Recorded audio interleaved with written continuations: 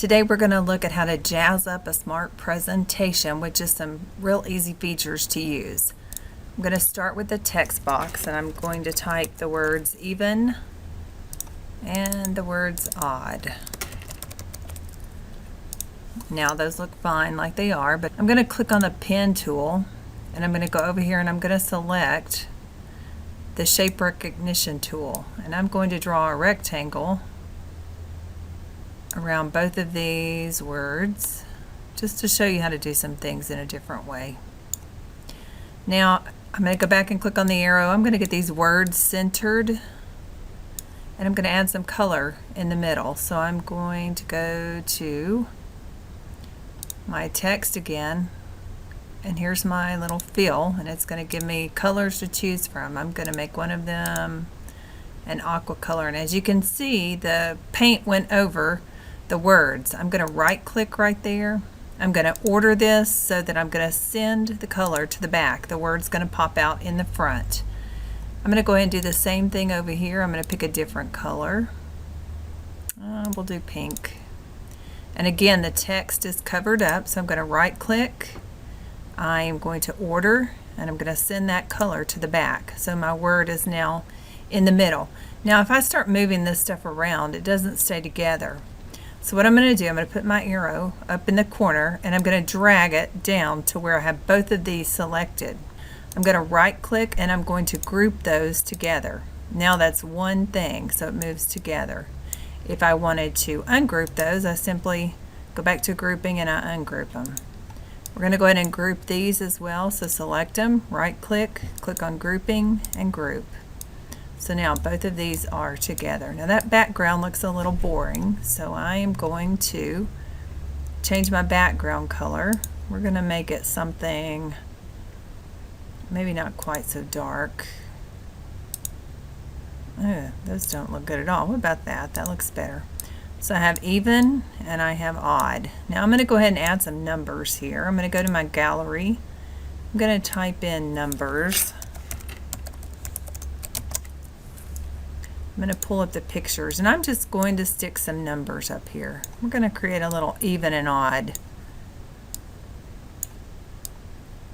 activity.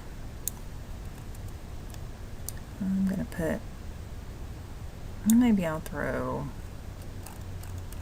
so I think I saw some pictures back here. Let's put some daisies up there and some rabbits. How about that? Now the idea of this activity builder, I want my students to be able to recognize which of these groups or numbers is an even number and which one is an odd. So I'm going to go to my activity builder, which is the little puzzle piece. I'm going to select the even and I'm going to click on activity builder and I'm going to build. And I'm going to click the word edit. That's going to shade out the word even. Now all the objects that are even, I'm going to drag to this except window, and the ones that are not, we're going to go to reject. So 0 is an even, and you can see how it disappeared when I moved over. When I grab that one, it disappears, but if I just keep dragging over, it'll pop back up. I'm just going to drag them all over there. 4 is an even number. 3 of course is odd. I think this group of flowers is odd number. My bunnies, 1, 2, 3, that's an even number. And did I get them all? Let's make sure. Okay, and I think that's all. So I'm going to click done.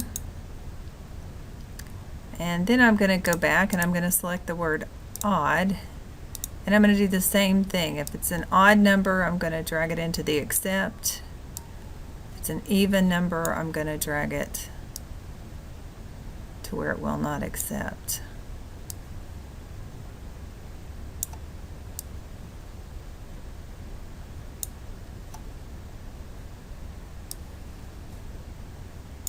Okay, and if I wanted to do just the odd numbers and then click all remaining, it will bring everything else down to the bottom, which is actually a smarter and quicker way to do this. Click done. Now when I drag these over, if it's an even number, it should disappear. If it's an odd number, it should kick it out, and vice versa. If it's odd,